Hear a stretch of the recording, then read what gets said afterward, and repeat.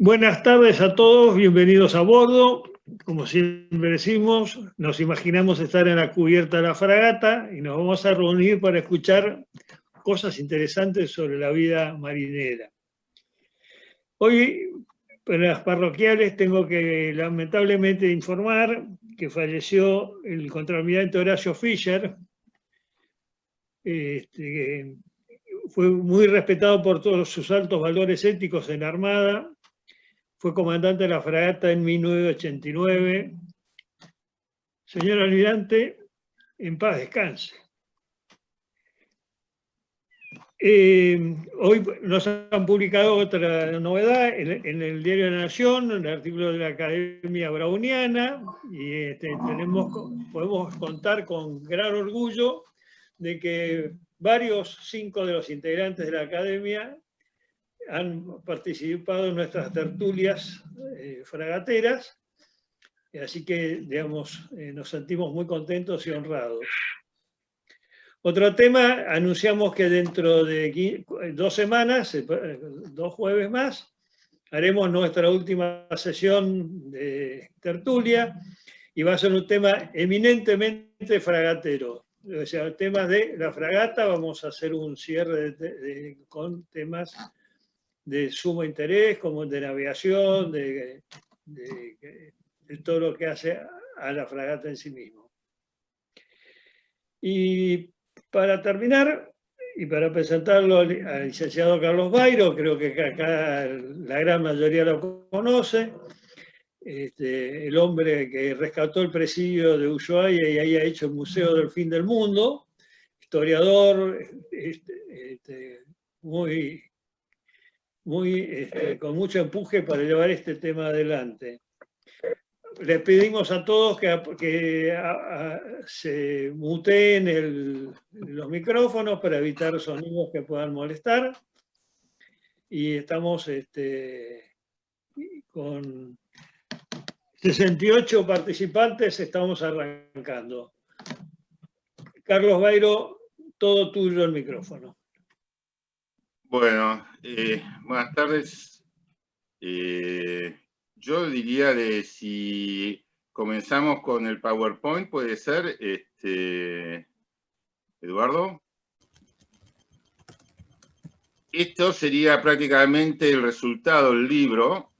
Bueno, no, después se hizo muchas cosas más, pero de cualquier manera vamos a contar un poquito lo que fue este emprendimiento.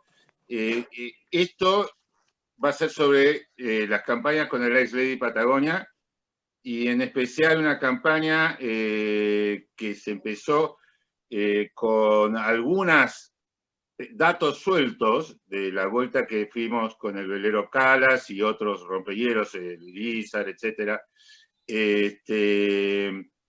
Pero claro, no contábamos con un medio adecuado, o sea, que no sea en una campaña de Lizard, donde tienen que hacer 1000 operaciones por día aproximadamente, y un velero que es tan pequeño que es el limitativo total, porque el bote de goma, si entrábamos 3, era mucho.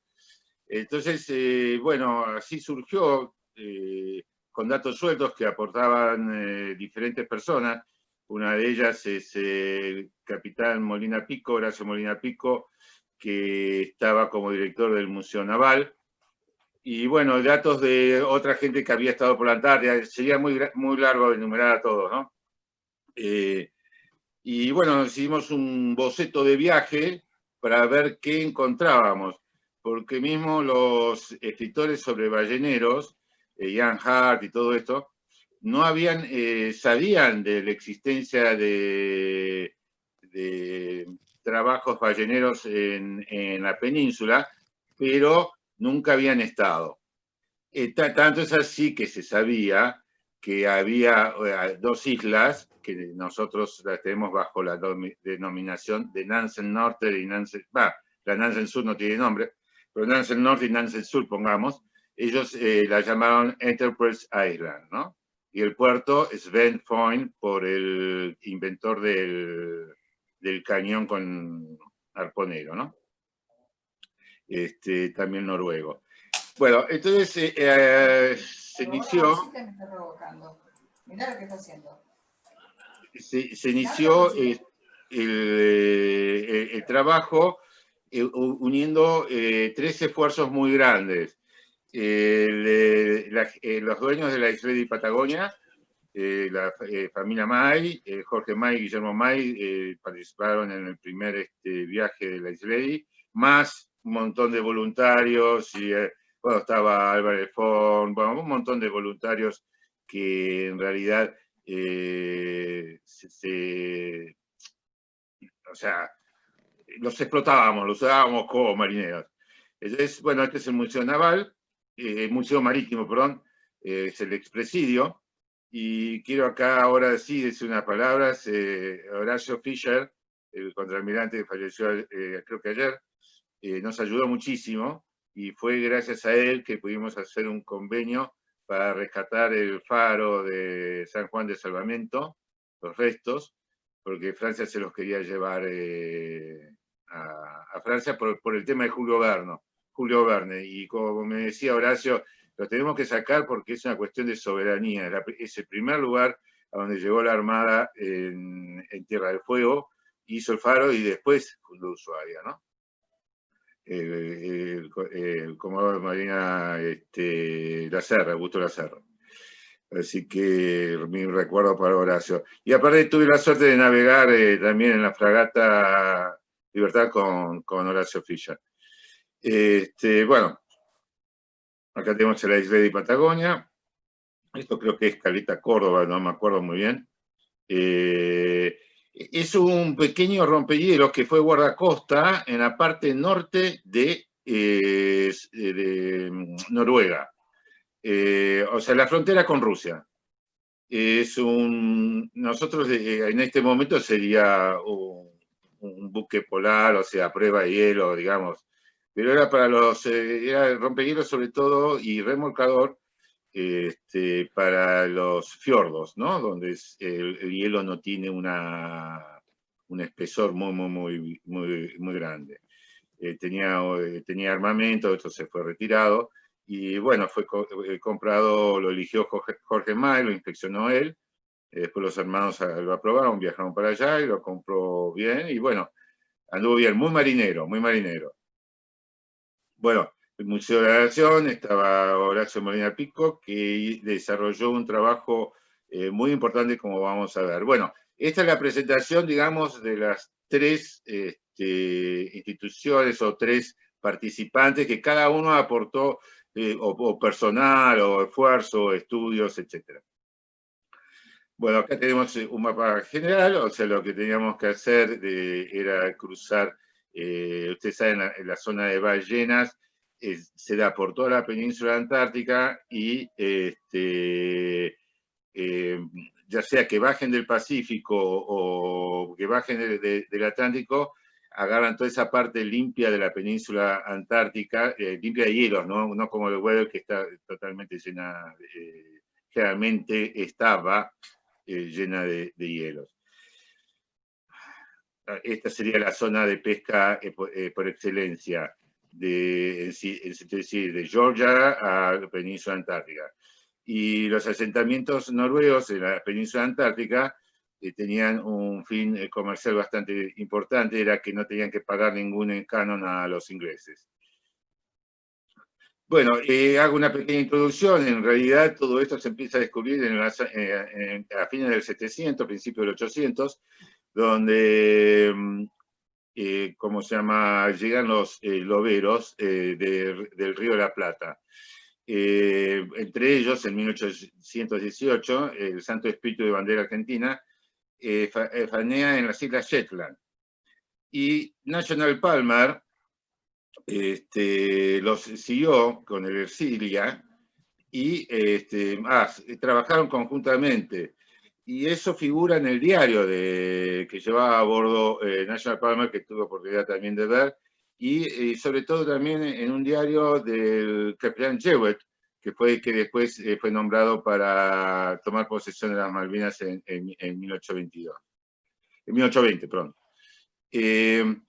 Bueno, hablando de decepción, deception viene de la palabra en sí engañosa, porque cuando vieron la isla pensaron que en las roquerías podían encontrar muchos lobos marinos, hasta que se dieron cuenta que era un volcán, ¿no? Y ese fue justamente Palmer después de recorrer la península antártica. Se lo atribuyen estos descubrimientos mucho a los ingleses, ¿no? Un tal Bransfield, que por el mar de la flota tiene el nombre de Bransfield, y un tal William Smith, que decían que ellos eran los primeros. Acá vemos el viejo cañón arponero. Voy a hacer una introducción de los dos tipos de caza de ballena. Este era arpón nada más, sin explosivo.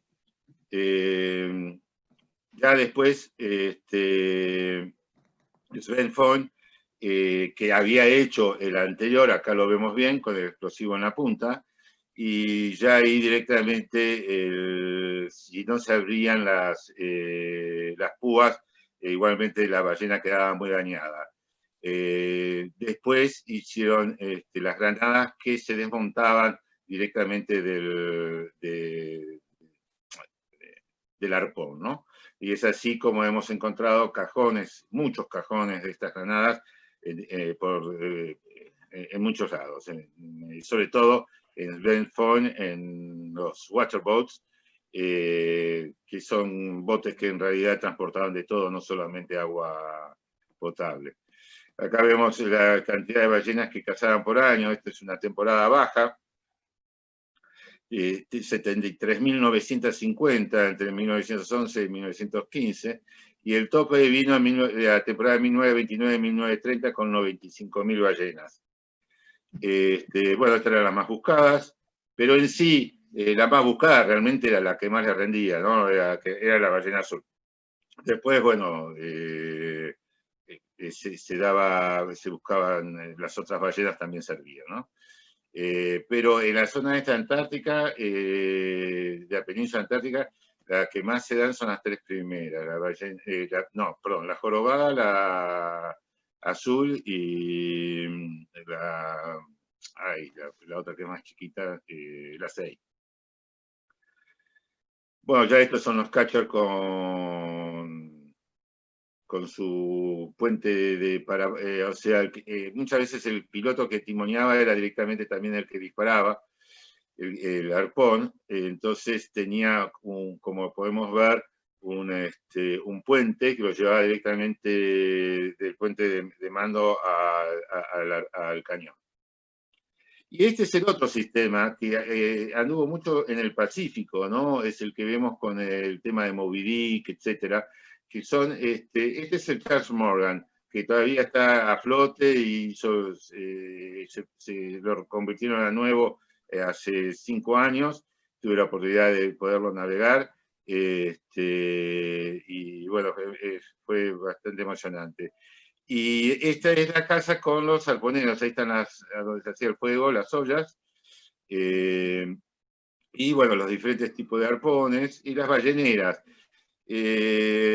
Y recordemos que había que respetar los derechos de invento de Sven Foyn y no podían cualquiera poner el cañón de Sven Foyn. Lo tuvo protegido su invento por 50 años. Acá vemos una mapa, hay muchos de estos mapas, ¿no? Pero vemos que en 1851, este es de 1851, donde estaba la distribución de ballenas. Ven que en el Atlántico hay poco y nada, está casi todo el Pacífico y en la zona norte. Y Antártida ni figura, prácticamente. Todo esto va cambiando a raíz de los viajes científicos a la Antártida, donde hicieron mapeos de ballenas en la Antártida. Acá vemos un recorrido de ballenas, como, por ejemplo, en octubre, noviembre, diciembre, enero, cómo da toda la vuelta, ¿no? por Georgias. Y estas son las 7 estaciones balleneras de las Islas Georgias, siendo siempre la más importante fue Great Beacon, que estuvo de 1904.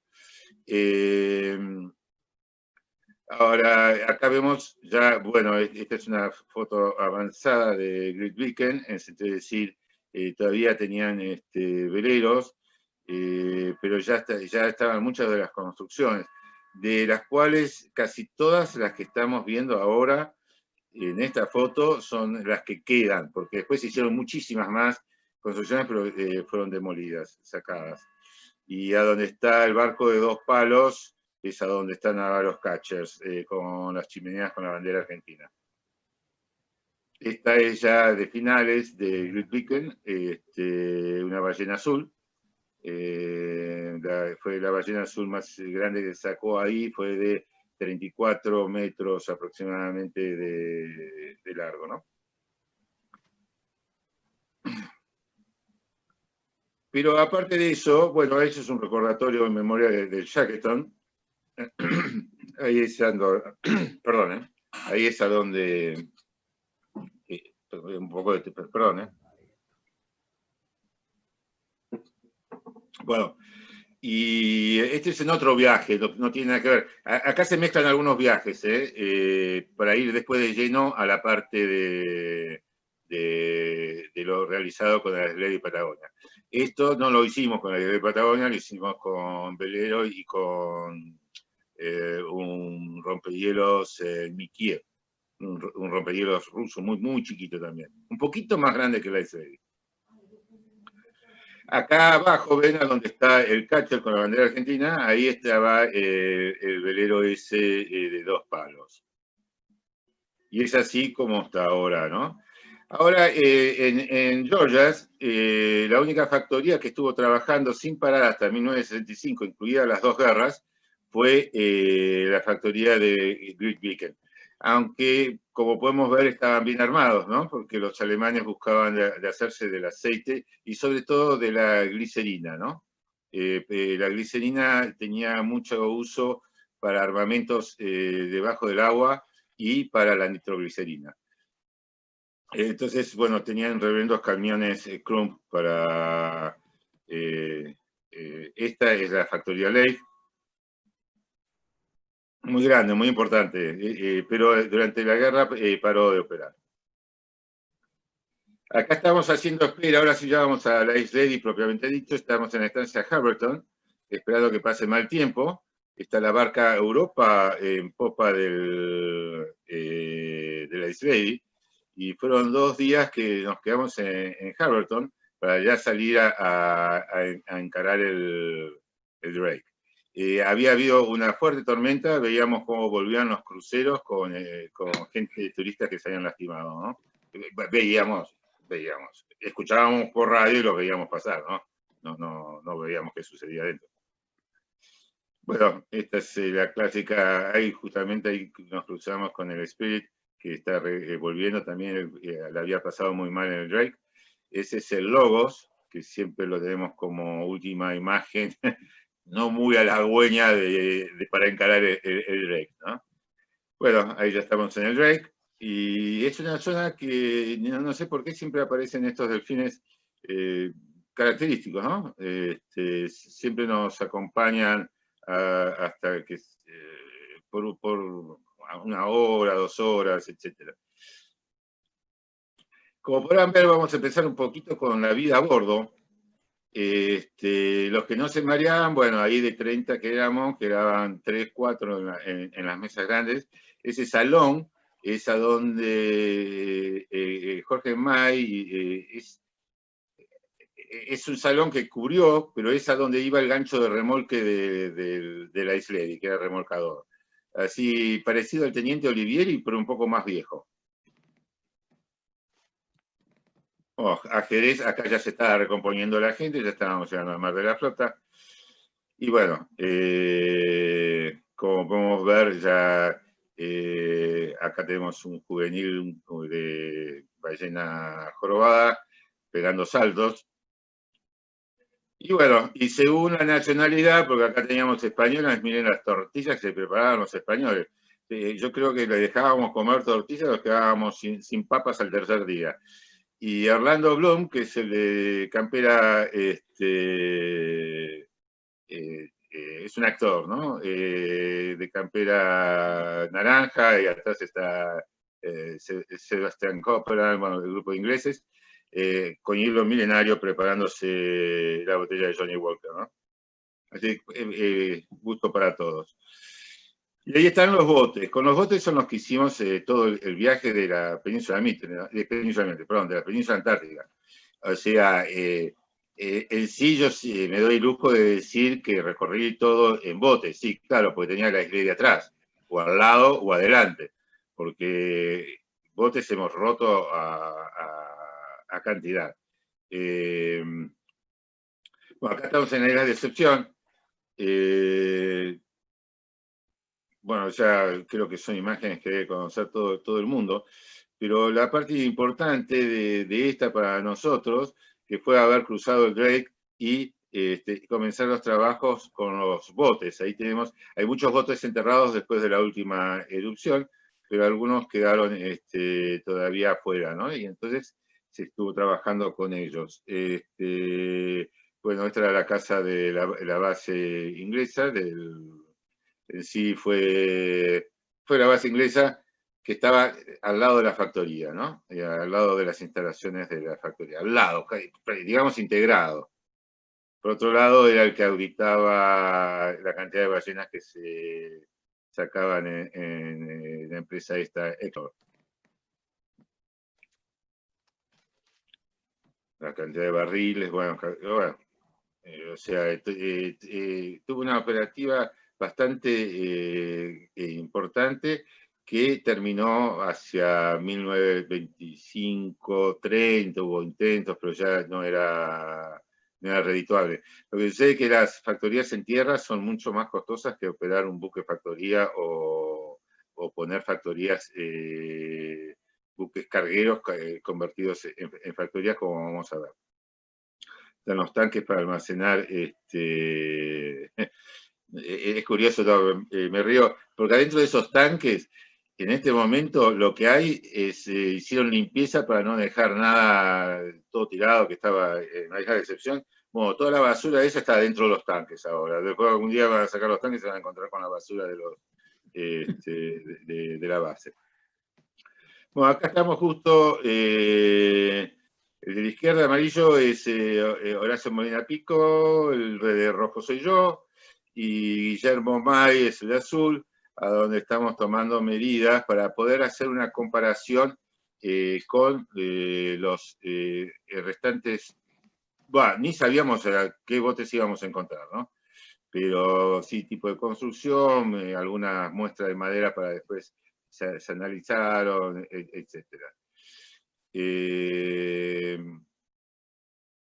Y bueno, lo que pasa siempre, ¿no? O sea, acá tenemos los buzos que van realmente a ver qué encuentran en el fondo. Bueno, lo que encontraron en el fondo fue cantidad de huesos, o sea, pero de cualquier manera queríamos ver qué se encontraba. Y por otra parte, los que no tenían mucho que hacer, se pegaban unos baños en las aguas termales.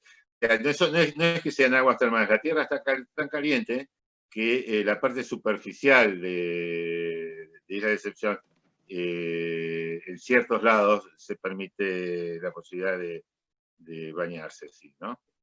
Bueno, estos son los dos mismos buzos que decidieron bañarse, pero con buzos.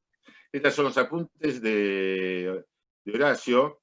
Acá es una muestra como del trabajo que se iba desarrollando. En sí no fue una improvisación, sino que, bueno, fue un trabajo constante. Y después la sorpresa de encontrar en diferentes bases, esta es en la 25 de mayo, en la base Ferraz, la brasilera, y encontrarnos con este bote. Bueno, había tres, este era el que estaba más entero, todo rodeado de hueso de ballena, y una ballena azul, ¿no? El esqueleto de una ballena azul. La base Ferraz es la que se quemó creo que hace 4 o 5 años y están por inaugurar ahora nueva. No estoy seguro si la inauguran este año o el año que viene. Bueno, la zona que cubrimos y que encontramos, mejor dicho, o sea, restos, es la zona que está en rojo entre la península antártica y, o sea, la zona de Port Lockroy, un poquito más al sur, y toda esa zona, toda, completamente, en la parte de islas, sobre todo, muchos restos, y en bahías a donde, bueno, a donde generalmente hay pingüineras, porque las pingüineras buscan lugares de piedra y tierra o libre de hielo, de verano, lo mismo que busca el hombre, ¿no? O sea, corremos a los pingüinos y ponemos y se establece una estación, una base, lo que sea, o después convivimos con pingüinos con hombres, ¿no? Bueno, esa parte roja es la que fue de mayor explotación ballenera. Acá cuando hablábamos con el Calas, que yo comentaba, esto fue de 1994, el primero Calas de Jorge Trabucci, era muy práctico porque podíamos entrar a cualquier lado debido al calado, pero lo que tenía el gran inconveniente es que no teníamos mucha movilidad. Quiero decir, movilidad del velero sí, pero no comodidad como para decir, bueno, llevamos esto, llevamos un bote más grande, llevamos dos botes, no se podía. Y acá en primer plano, abajo a la derecha, van a ver las vitas, de estos van a ver muchas vitas después, que es a donde se amarraban los catchers con la ballena y los desvasaban, y en el fondo lo que ven es un buque factoría, no una factoría flotante.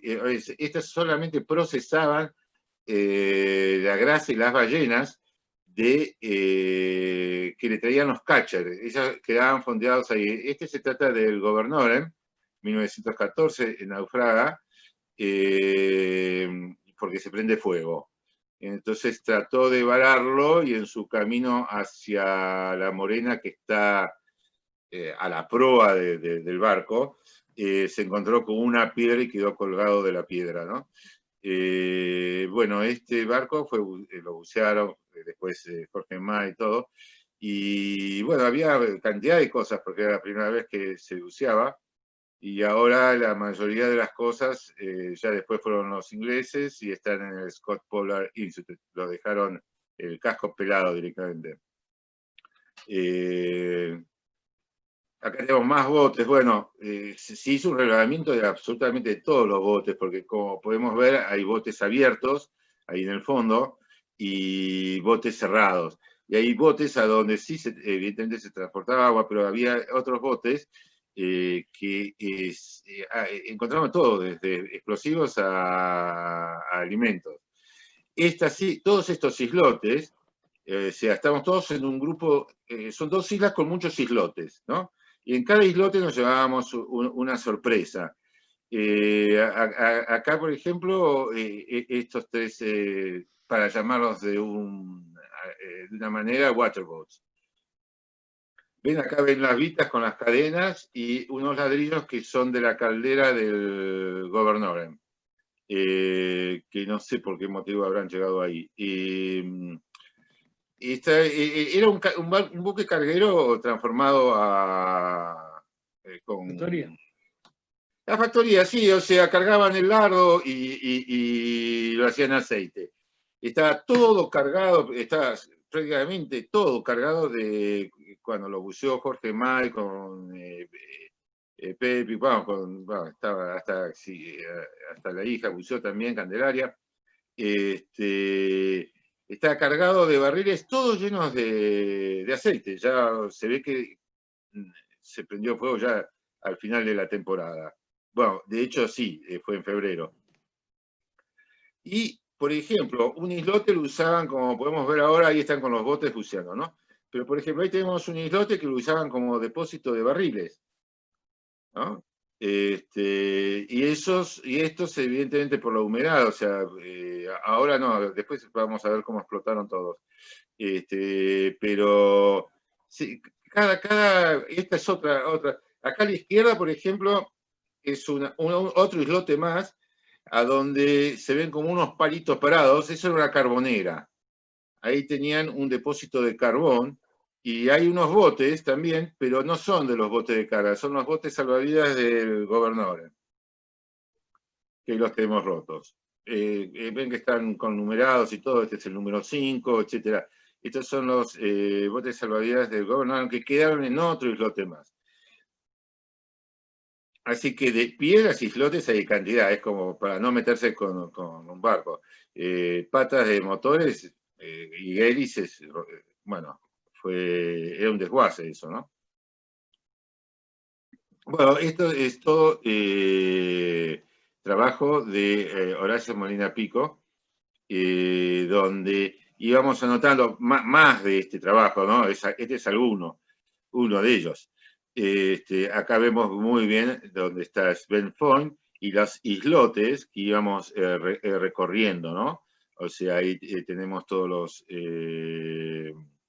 Islas Nansen, ¿no? Y el puerto de Sven Foyn. Y acá entre las dos islas de las Nansen, vamos a ver ahora, bueno, estos son detalles, dibujos, son todos dibujos de Horacio. Y miren la cantidad de vitas y cadenas. Este es en una costa de la isla sur, digamos. O sea, fondeaban y se amarraban a tierra. Para eso antes hacían las expediciones que clavaban las vitas, ¿no? Esta, por ejemplo, de arriba a la derecha, tiene fecha y todo, 1923. Así que, bueno, las cadenas, o sea, cadenas buenas con contrete, miren el VHF, son de los VHF grandes, o sea, parece un juguete al lado de trabajo. Pero nos sorprendió sobremanera, aparte que no lo encontré, esto no, nadie nos los contó, esto era de dar vueltas con los botes y ir viendo. Una cosa que aprendimos, que cuando veíamos algo de color rojizo en una piedra a lo lejos, con los anteojos, con los largavistas, ¿cómo se llama? Era señal de que había algo, porque, claro, era óxido de las cadenas o en sí de material que había quedado de los balleneros. Ahora, todo lo que ven, desde la carbonera, de los botes y todo eso, fue dejado a propósito. O sea, si bien data todo de cosas 1923, 1930, etc., acá tenían, o sea, dejaban durante el verano, usaban las cosas y las volvían a utilizar el siguiente verano. Hasta 1930, porque este sistema de caza sí fue abandonado en 1930, aunque en Georgia se siguió hasta 1965, 1930 ya no, y quedó todo como preparado para... La próxima campaña. ¿Cómo? La campaña siguiente. Para la campaña siguiente. Acá vemos, por ejemplo, en esta isla, es muy curioso, porque ahí vemos una caldera. Acá se preparaba agua para hacer el proceso de derretimiento de grasa, ¿no? Pero había caños cerámicos, o sea, las instalaciones eran realmente bien pensado, ¿no? O sea, práctico, en estilo nórdico, pero bueno, cada islote tenía prácticamente una función. Seguimos encontrando más botes, no son los mismos que vimos en las fotos anteriores, espero que no se aburren por la cantidad de botes. Ahora, están nombrados todos como waterboats, ¿no? Son botes cargadores de agua. Bueno, ya vimos que tenían diferentes especialidades. Acá, esto es Puerto Lockroy. Vemos el resto de la base de un bote, acá a la izquierda. Abajo se ven las cadenas de amarre. Esa es la base. Bueno, los pingüinos volvieron, ahí vemos la roda de otro bote, y también una banda. Los pingüinos volvieron a ocupar su lugar. Bueno, y tambores, por supuesto. Estos tambores ya son más de la base, ¿no? no son de la explotación ballenera. Estos son cuando Puerto Lockroy funcionaba la base inglesa como estación, pero bueno, después fue convertida en museo, ¿no? También ballenas azules, esto es Puerto Lockroy. Era una zona de bastante ballenas azules. Los escritos de ballenas azules es bastante común encontrarlos. ¿Cómo los llevaban hasta arriba de la costa? Bueno, debe haber sido con marea, porque en sí la mayoría de los esqueletos que encontramos en la costa, o digamos en seco, son de ballenas azules.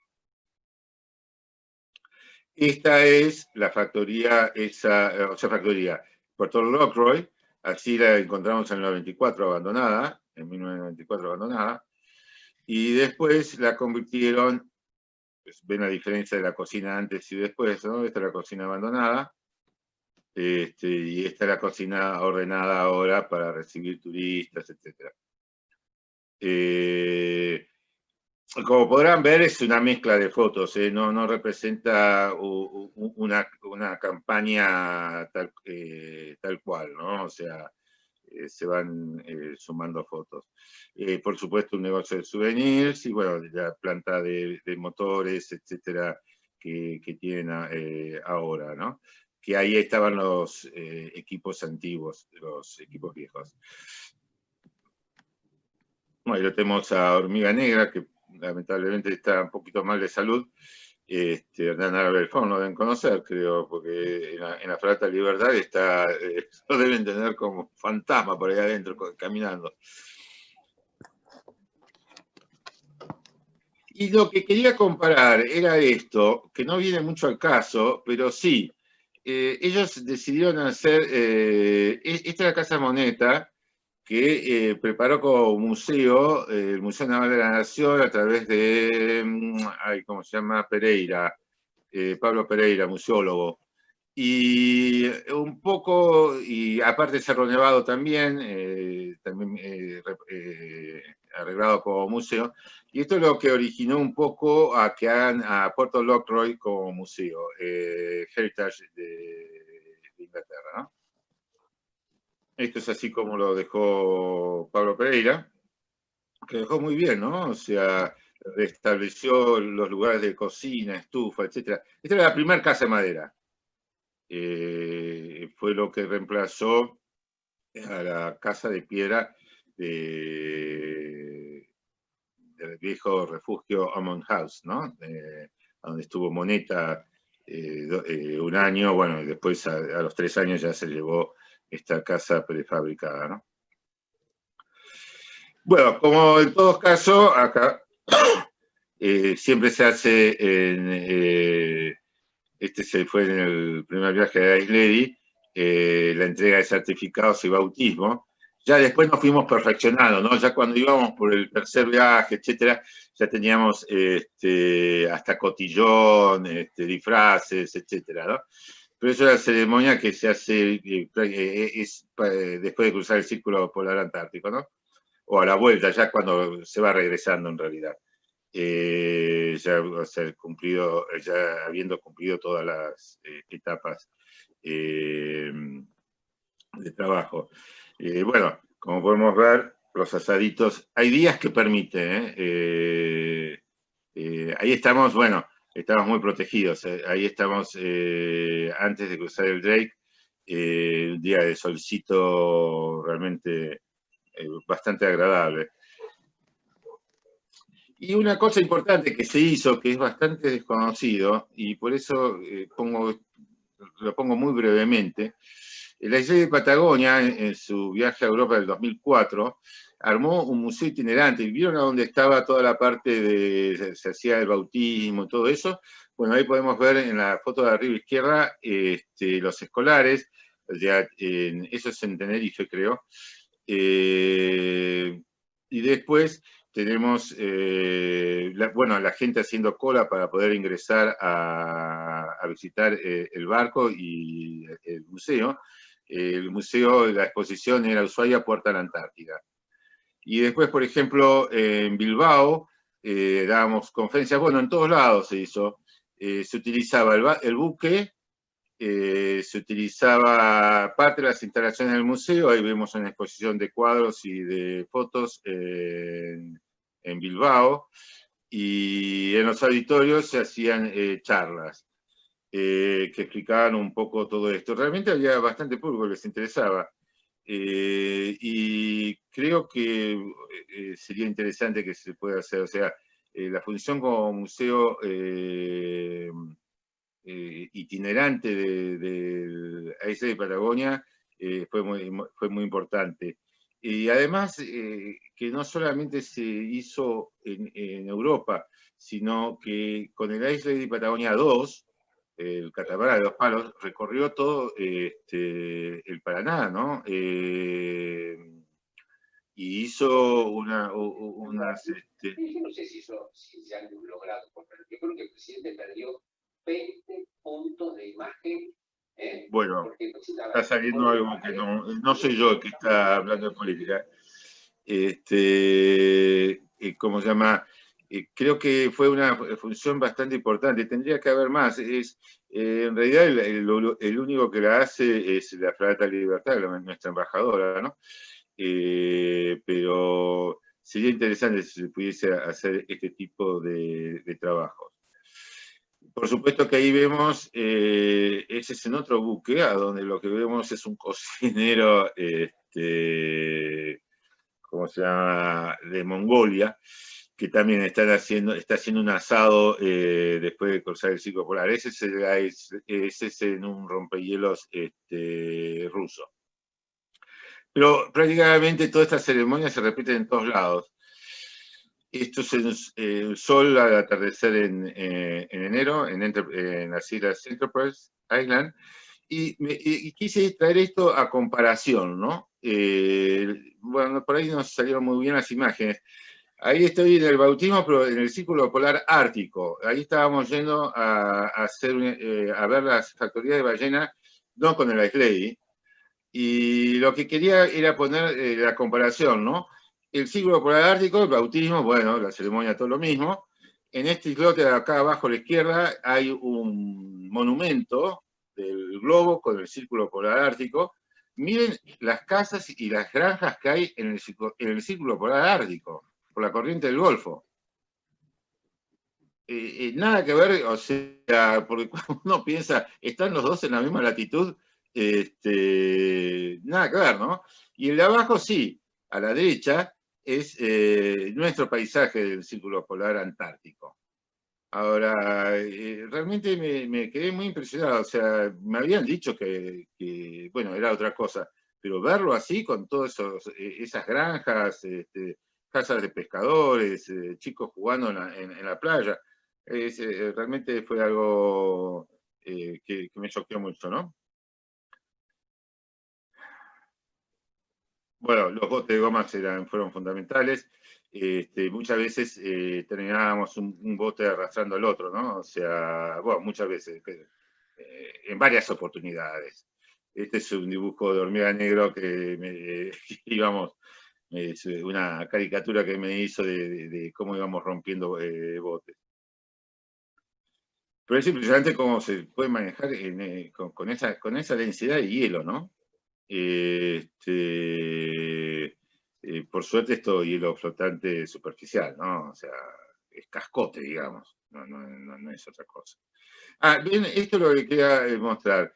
En otro de los viajes encontramos lo que vimos de toneles armados. Se ve que el calentamiento fue bastante fuerte los años que siguieron y bueno, quedaron desarmados. Tal cual se los llevaba, ¿no? Porque en los barcos se llevaban los toneles y los barriles totalmente desarmados. Y el carpintero a bordo los iba armando. Estos son los últimos botes que encontramos, las famosas cadenas, cables, y eso nos daba pauta de que había algo cuando pasábamos por algunas rocas con los botes.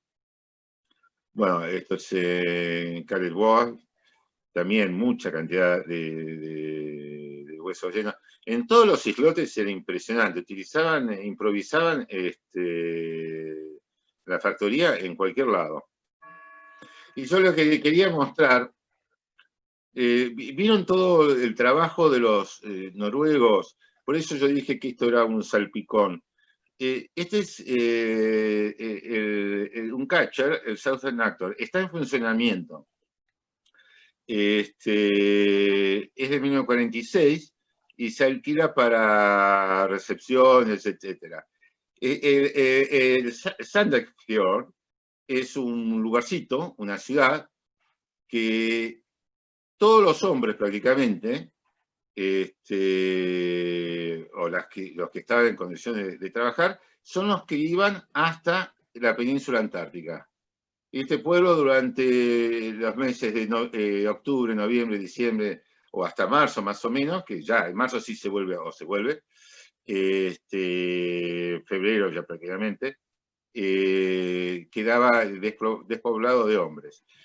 Y la tradición ballenera es tan grande que, bueno, aparte de tener cachas que funcionan, ahí pueden ver el arpón, etcétera, ahí se ve el puente de donde salía corriendo el arponero desde el puente de mando, ¿no? El nido de cuervo, etcétera. Pero no voy a mostrar mucho del barco, es un catcher normal. Bueno, no, me pusieron a mí. Bueno, esto me lo armó. Bueno, ese soy yo y ahí está el cañón. Lo importante es el cañón. No yo. Ahora, y después se vive así, ¿no? En los bares, hoteles y todo eso, todo tiene que ver con la vida de... Este es un desayunador, creo que era. Tiene todo que ver con la actividad ballenera. O sea, no hubiese existido este pueblo sin actividad ballenera. En realidad, Noruega hasta los años 60, o sea, Noruega cambia su estatus una vez que encontraron petróleo. Pero si no, era la caza de ballena fue durante décadas lo que le dio mayor beneficio, ¿no? Tanto es así que en la entrada del pueblo, miren el monumento que hay. Nosotros podemos a San Martín, estos pueden a una lancha ballenera arponeando una ballena, parece ser la cola de es un cachalote. Esta es la plaza principal, el ingreso del pueblo. O sea, ¿cómo lo llevan adentro, no? O sea, si nosotros llegamos a hacer un momento así, no sé lo que pasaría. Bueno, muchas gracias por tu tiempo, no los quiero molestar más, espero que no se hayan aburrido. Y si hay alguna consulta, bueno, manejás vos los tiempos. Sí, cómo no. Bueno, Carlos, yo conocí y bastante bien a Kiki y Tis, vos los habrás conocido también, los de Wanderer. Hola. Sí, no te escuché, ¿eh? ¿No me escuchaste? No. ¿Los conociste bien a Kiki y Tis, que andan con el Wanderer por ahí, que están viviendo en Georgia, ¿no? Sí, exacto, sí. Pero sí, es increíble. ¿Los conociste en dónde? Acá en Buenos Aires, cuando estuvieron acá, repararon el barco, el Wanderer. El Wanderer es un velero de madera chico. ¿Cuánto es el que tiene más millas navegadas en la Tierra? Tiene 2 o 3 circunnavegaciones y sí. Es una pareja muy simpática y tiene un libro muy lindo de fotos de Georgia, ¿no? Sí. Yo después los invito a que entren a la página del museo y bajen el libro de Georgia, cómo se fue construyendo Grytviken. O sea, sobre todo bajen el libro de fotos de Grytviken. Son unas 300 fotos, porque está todo, desde cuando llegan, pelado, y después cómo fueron construyendo cada una de las partes hasta el año 65, 64 con la explotación de los japoneses. Es de bajada gratuita, Imágenes del Sur, se llama una cosa así, que es Grytviken, la página del museo, en la parte de publicaciones. Le hacen un clic y lo bajan directamente. Y está muy Carlos, bueno. quería comentarte que además de agradecerte a muchas personas, yo reconozco a Pablo Pereira, que no sé si se acuerda de mí, y, y está Horacio Molina Pico también, así que todos que ha estado Sí. nombrando en la charla. Bueno, no sabía. Bueno, trabajaron mucho. Horacio, ustedes vieron todo el trabajo de Horacio. Así que yo digo la verdad, o sea, más que nada me encantaba salir a explorar con los botes. Entonces le decía, Horacio, encontré tal cosa por tal lado, oh, vamos. Pero, bueno, así rompí botes, ¿no?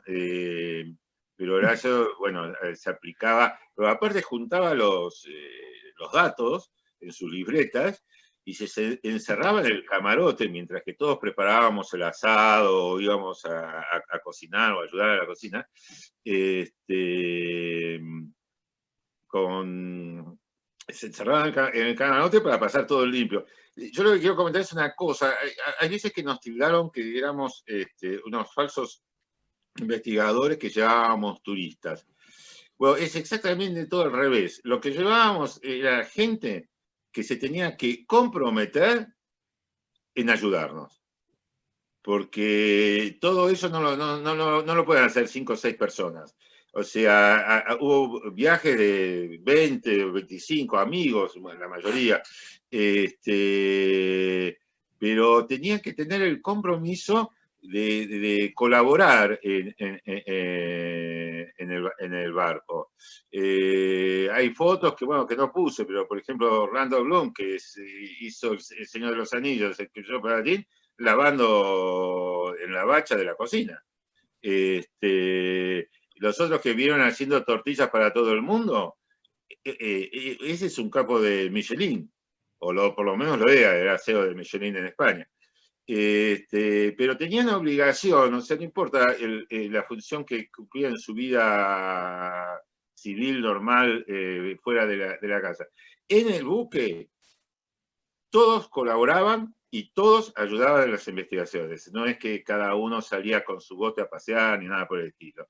O sea, por supuesto, muchos querían salir en el bote y nos íbamos turnando, ¿no? Aparte no es que había un bote solo, eran varios. Bueno, y realmente no era un buque turístico. En este momento sí, son muchos los buques turísticos que utilizan el trabajo que hicimos, que está bien, yo no lo veo mal. Llevan el libro nuestro para ir a todos los puntos que van mostrando. Se montó se le encontró un lado cultural al turismo que iban a la Antártida, esos pingüinos, esos ballenas, esos aquello. Ahora cuentan un poco con más detalle, no como hice yo ahora, porque pensemos que son más de los lugares que estuvimos, son alrededor de unos 100 lugares aproximadamente, mostré unos poquitos, con resto de balleneros, así que tienen para elegir. Carlos, perdón. Sí. No, me pregunta alguien de la audiencia cuál es la temperatura a bordo y no, cuál es la temperatura más baja que tuvieron y si es confortable estar a bordo. Sí, es confortable totalmente. Salvo el primer viaje que se nos rompió la calefacción. Así que tuvimos que calentar el buque con el escape del motor. Así que estábamos tiznados hasta parecíamos que estábamos tratando de repetir Después se solucionó, por suerte. Estábamos tratando de repetir lo de la expedición de Nordenham, todas esas fotos con todos los tipos negros, ¿no? Pero sí, no es confortable, o sea, tampoco es una calefacción, ninguno de esos buques le dan una calefacción como para andar en malla, ¿no? Pero bien, sí, muy, muy, muy confortable, muy bueno. ¿Y el frío y temperatura en Antártida fuera del barco? Bueno, eso oscilaba. Ahí cuando estábamos, por ejemplo, en ese momento que estábamos haciendo asadito, la temperatura era de 2 o 3 grados. Lo que sucede es que el sol cuando golpea, cuando pega ahí, cuando está descubierto, pica. Bueno, por la atmósfera, ¿no? O sea, el agujero de ozono, por todas las explicaciones que le queramos dar. Pero en sí no subía mucho más de eso. Ahora, en este momento, este verano fue el récord absoluto, hubo un día de 18 grados en Base Esperanza, ¿no? Bueno, pero eso es totalmente anormal. Había sucedido antes que hubo un día también hace unos 7, 8 años de 17 grados, pero no es, ¿cómo se llama? Lo normal. 4, 5 grados, 2, una cosa así, sí, pues, es totalmente normal. Bien. ¿Otras preguntas? No veo más en el chat hasta eso. Sí, Daniel Degani tiene un par de preguntas, Carlos. Sí. Carlos, mostraste un bote en Ferraz, un bote ballenero. Primera pregunta, ¿es que ese bote se pudo salvar después del incendio de la base? Esa es una pregunta. Y la segunda es, ¿cómo preservar todos esos elementos históricos que están en el continente antártico con toda la afluencia de cada vez más importante de barcos de turistas y para evitar actos de pillaje, de piratería, entre comillas, de que la gente no se lleve objetos y cosas por el estilo? Esas son las dos preguntas. En tercer punto es felicitarte por la conferencia, porque siempre es un gusto escucharte y uno aprende muchísimo de todo lo que vos sabés. Y en 2004, cuando la Ice Lady Patagonia estuvo acá en Europa, bueno, tuve la suerte de poder embarcar, de dormir ahí, y después cuando lo vendieron tuve la suerte de descubrirlo en Senglea, donde nació Sopardo, en Malta, ya como barco privado y convertido en barco de turismo, de lujo, un barco privado.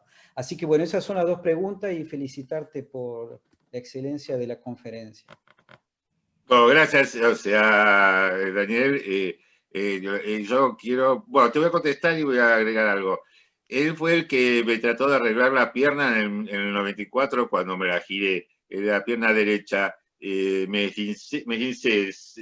giró la pierna y me la acomodé yo. Y bueno, yo no sé qué fue peor el desastre, si cuando me la acomodé yo o cuando se giró. Estábamos en la base Teniente Cámara. Bueno, me pasé un buen tiempo prácticamente sin poder apoyar la pierna. Y bueno, él fue el doctor en la base Jumani, que me dio las primeras curaciones, me dio una férula para que use. La cuestión que prefería ir arrastrándome en 4 patas que usar la férula. Bueno, después hicimos todo un recorrido de bases a donde Guillermo, bueno, estuve unos días en la base de Chile y después unos cuantos días en la base, la Gran Muralla, Great Wall de China, donde me dejaron me pidieron que haga reposo. Y ahí se venía Guillermo Tarapov con el bote a saludarnos. Bueno, es el viaje del 94. Por eso digo que en un velero a veces es un poquito complicado por los movimientos y todas esas cosas. No es que sea seguro, es totalmente seguro. O sea, pero los accidentes pueden ocurrir. Así que te agradezco mucho, Daniel. Y ahora te contesto. También quiero aclarar que Daniel está en Francia en este momento. En este momento vive en Francia y es nuestro representante. Hoy lo ven de civil, pero bueno, es nuestro representante del Browniano en Francia. Es una persona muy, muy, muy importante profesionalmente y como persona. Gracias. Bueno, en Ferraz sí, por suerte se salvaron los botecesos. Ahora, es que en las bases en general, que son todas no son modernas todas actuales, se utiliza mucha madera para la construcción rápida en seco, ¿no? Y Ferraz tenía una temperatura interna que estaba cerca, claro, son brasileños, no sé, pero pasaba los 30 grados la temperatura interna, o sea que de esa manera se fue resecando, que hasta que, bueno, ¡boom!, se fue. Yo me acuerdo que cuando íbamos a Ferraz, queríamos ir seguido porque en la base las biólogas estaban con short, ¿no? En vez de traje antártico. Nosotros íbamos con las botas, bajábamos con salvavidas puestos, parecíamos astronautas, abrían la puerta y parecía que estábamos en Copacabana, en Garota de Ipanema. Pero bueno, y los sábados a la noche la costumbre es que se reunían ahí todos a comer pizza, ¿no? O sea, sábado a la noche había que avisar nada más para saber la cantidad de pizzas que hacían. Eso es lo que tiene la excelencia de la vida en Antártida. Es una fraternidad muy grande. Están cada uno con sus investigaciones, no es que van a paviar, pero bueno, resultó así. Por suerte,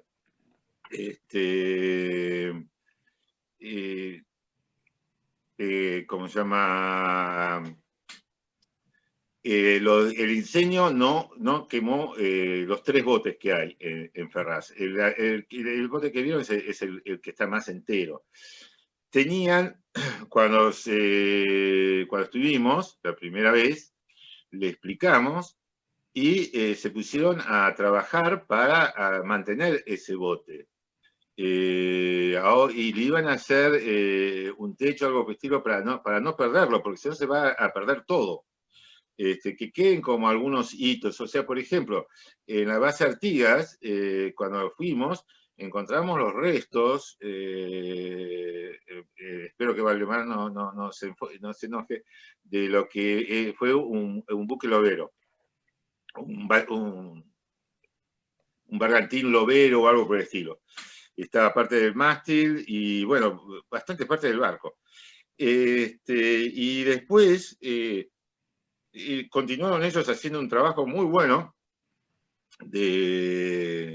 con los restos de este barco,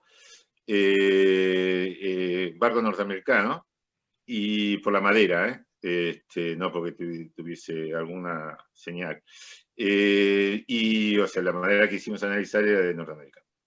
Y también el arqueólogo, bueno, o los arqueólogos, no recuerdo muy bien, tendría que buscar porque tengo sus datos, encontró los refugios que habían hecho los loberos que habían, o sea, como una especie de refugio entre las piedras que habían, por lo menos algunos de los náufragos hizo en su momento. Después hay otros 2 naufragios en Teniente Cámara, uno de un lado y otro del otro lado de la isla.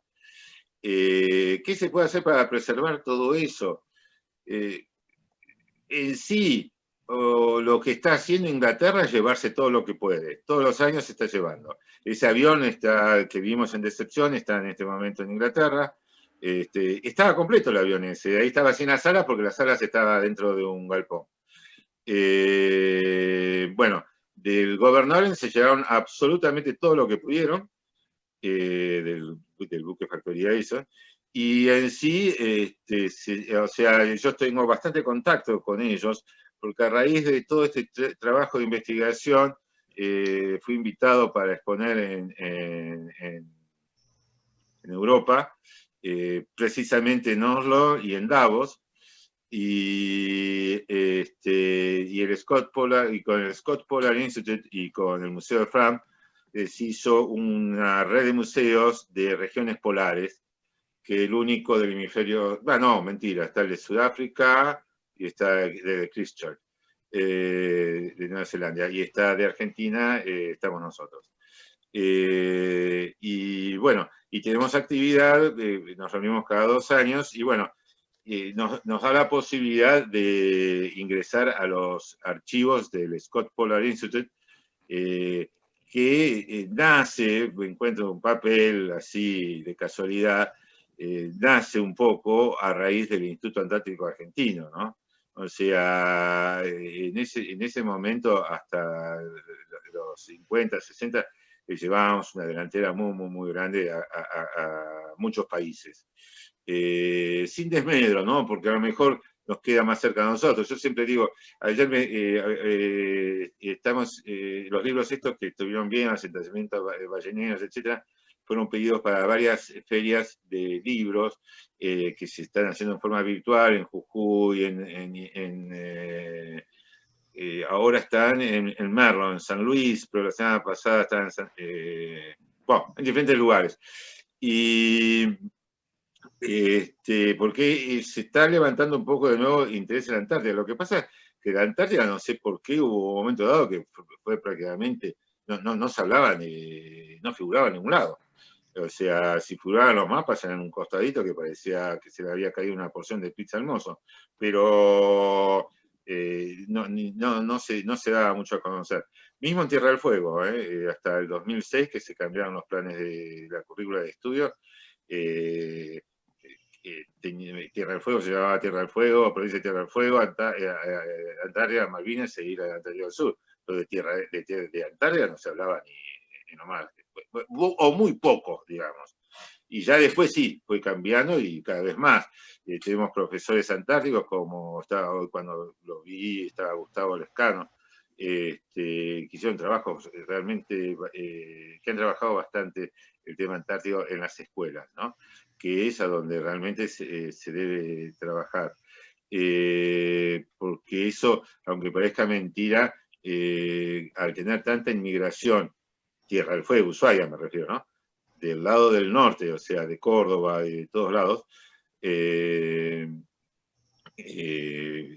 como decimos nosotros, Ushuaia es la salida del mar de Córdoba, ¿no? Y entonces los chicos llevan estas inquietudes a las casas, ¿no? Y mismo los docentes, nosotros, Ushuaia es una importadora de docentes, ¿no? Y bueno, claro, no tienen mucho conocimiento, bueno, se tienen que ir formando. Pero me fui totalmente de tema, les pido disculpas. Todo suma. Me preguntan si estuviste en las Islas Livingston y si viste el naufragio de foqueros. Sí, fuimos, una vez nos echaron a patadas, porque esto es una zona de protección especial que tienen dividido entre dos países. Y la segunda vez lo hicimos un poco mejor, avisamos que queríamos ir y nos recibieron muy bien. Sí, tiene mucho, la isla de Livingston es increíble, quedaron muchos restos de loberos, ¿no? También se cree, por eso están los españoles ahí, que San Telmo, en 1818-19, esa temporada, naufraga en la isla de Livingston. Y por eso hicieron tantas campañas en esa zona y hay varios exploradores, el mismo Weddell, del 1822, dice que los restos que habían encontrado eran de un buque de gran porte, etc. Entonces refuerza un poco la idea esa. Pero aparte de eso, los foqueros ahí llegaron entre 1818, ahí aproximadamente, ¿no? O sea, nadie tiene una fecha exacta, pero 1817 puede ser, que era lo que yo hablaba al principio sobre la llegada a las islas Shetland del Sur. Y Livingston fue en especial, y se encontraron, pero aparte se encontraron cosas como hasta puntas de proyectiles de indios. Y se llegaron a las conclusiones más absurdas, que los yamanas cruzaban en canoa de Cortés a la Antártida. O sea, realmente cosas descabelladas, ¿no? Pero se ve que era algún foquero que había pasado por Tierra del Fuego, especialmente por Tierra del Fuego, o Santa Cruz, o por Santa Cruz, o recalada en algún puerto de ellos, de esos, y bueno, después naufragó ahí y eso quedó adentro de un refugio hecho por los foqueros, ¿no? Y hay muchos restos de madera, lo que queda, ¿no? Porque después fue utilizada para fuego. Bien, en el chat no tengo más preguntas. Yo estaba escribiendo una, pero no llegué. ¿La puedo hacer verbalmente? Por supuesto. Carlos, tú hablaste de 2 oportunidades en donde midieron 17 y 18 grados de temperatura. ¿A qué lo atribuyes? Bueno, ese cambio climático que estamos viendo. Es decir, por ejemplo, te voy a contestar de otra manera. A ese lugar que íbamos siempre desde 1994, Sven Point, vieron que hay fotos de Vita o los ladrillos esos que mostré que eran de la caldera del Gobernoren. Bueno, en el 94 eso no estaba a la vista. Eso no se veía. Quiere decir que el glaciar avanzó y se calcula en ese momento, ahí empecé a estudiar el tema con especialistas, o sea, yo estudiarlo, los especialistas lo sabían, me decían que en el siglo siempre había momentos que se enfriaba más y después había momentos que se calentaba un poco más la Tierra, o sea, en los últimos por lo menos 2 o 3 siglos. Que había inviernos más crudos y después, bueno, y ahí en los sucesivos viajes, del 94 en adelante, vimos cómo iban apareciendo más cosas en la costa, que no las habíamos visto en el anterior viaje. Vimos hasta muelles que en el anterior viaje no los habíamos visto. Ese es el proceso de calentamiento global. No se, o sea, se calcula que para esa zona de la Antártida, si me equivoco, que me corrijan, es aproximadamente lo que va del siglo, aumentó la temperatura en 2 grados. Y en 2 grados es bastante, porque si estoy hablando, por ejemplo, en los primeros viajes nunca nos llovió, y ahora llueve bastante seguido. Siempre había sido en forma de nieve. No sé, Daniel Gane, si alguno o otro antártico que ande por ahí, qué les pasó a ellos. Pero en los últimos años sí está lloviendo y bastante. Ojo que es la parte más norte de la Antártida, o sea, no es el centro de la Antártida. San Martín, o si vas más al sur. Claro, porque, o sea, ahí ya es igualmente es mucho más frío, igual que, bueno, Belgrano ni hablemos, ¿no? O sea, están siempre bajo cero. Pero, digamos, en la base Esperanza y todo eso, y bueno, en las Shetlands y todos esos lugares, toda la parte norte de la península antártica, que no es península, son todas islas unidas por hielo, se nota esa diferencia de temperatura. Bueno. Si me dejas acotar algo sí. ¿Cómo no, con Pablo? respecto a eso, a la temperatura, yo tuve la oportunidad de ir varios años seguidos a Orcadas, y por ejemplo, el primer año, el glaciar La Monja, que es un glaciar que está contiguo a la base, estaba pegado a la bahía, o sea, al mar. Y me impresionó mucho ir al año siguiente y el glaciar retraído por lo menos 3 metros. ¿En un año? Sí, y digamos, la superficie glaciar lavada.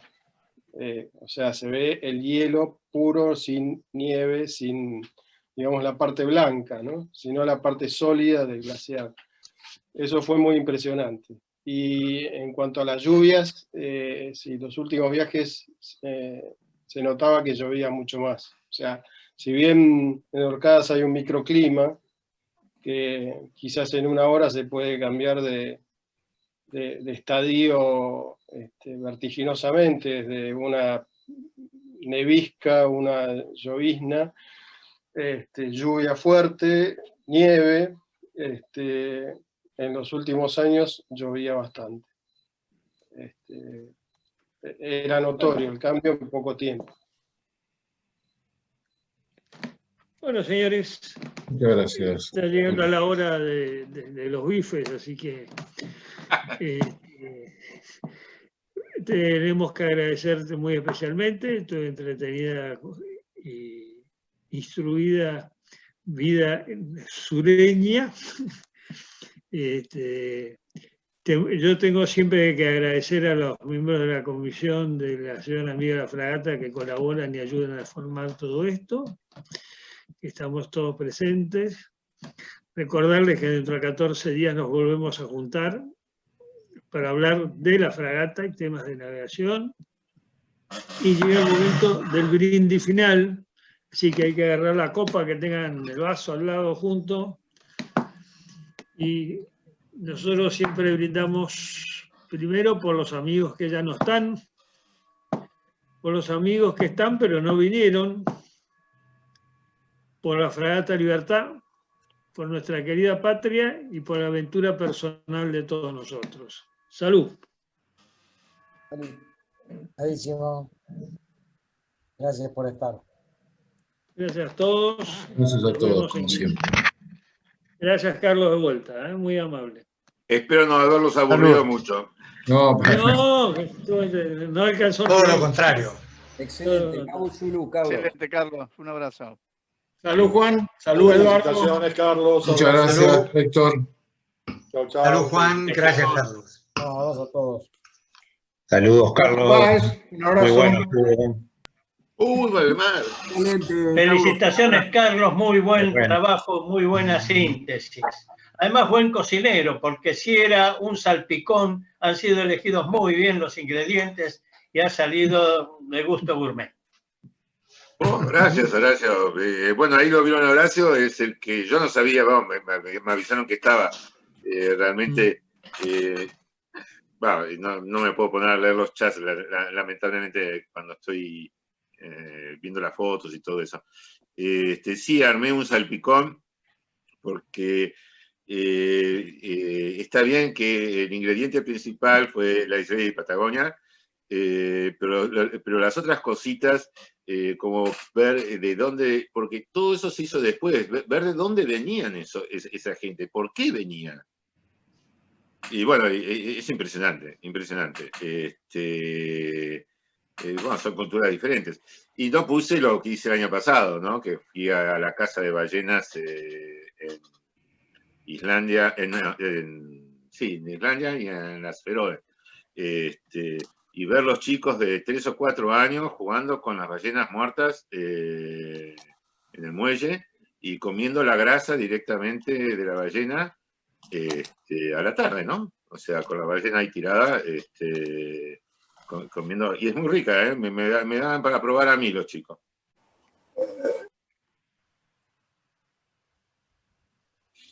Estás muteado, Héctor. Muchas gracias, Carlos Pedro.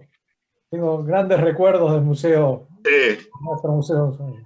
Tengo grandes recuerdos con vos. Sí. Gracias, Gracias. También está Gabriel Galvarini, ¿no? Que estuvo allá. Gabriel, estabas por ahí. ¿También está? Y después del brindis, es como cuando cortan la torta.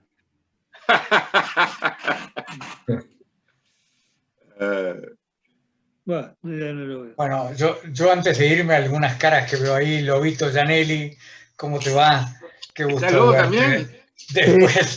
Después de esta pandemia que nos tiene guardados hace tantos meses, me alegro de encontrarte acá. Estamos saliendo. Nuevo socio nuevo, así que... Ahí te escuché, Lobo, un abrazo. Un abrazo grande, Carlito. Qué lindo escucharte y verte. Igualmente. Así que bueno. Gracias por todo. Les paso una foto, hola. Les paso una foto de cómo está acá la base en Ushuaia, miren. Estoy custodiando la base. ¿Eso es en vivo? Claro que sí, estoy arriba de la base. Qué lindo. Qué bárbaro. Acá estamos, justo arriba. Mira, todavía hay luz. Ahí, todavía hay luz. Hola Carlos, ahí para que me vea Carlito. Uy, sé qué. Conseguime ese champán. Sí, pero no, el PQ. Estamos brindando con los vinos de Ezequiel acá. Para que vea que... Ahí va. Ezequiel es un gran amigo, tiene una empresa de distribución de vino, de todo un poco, ¿no? Pero especialmente vinos. Muy Muy bien. oportuno. Podemos estar auspiciados la próxima. Bueno. Muy bien, Es lo Bruce. del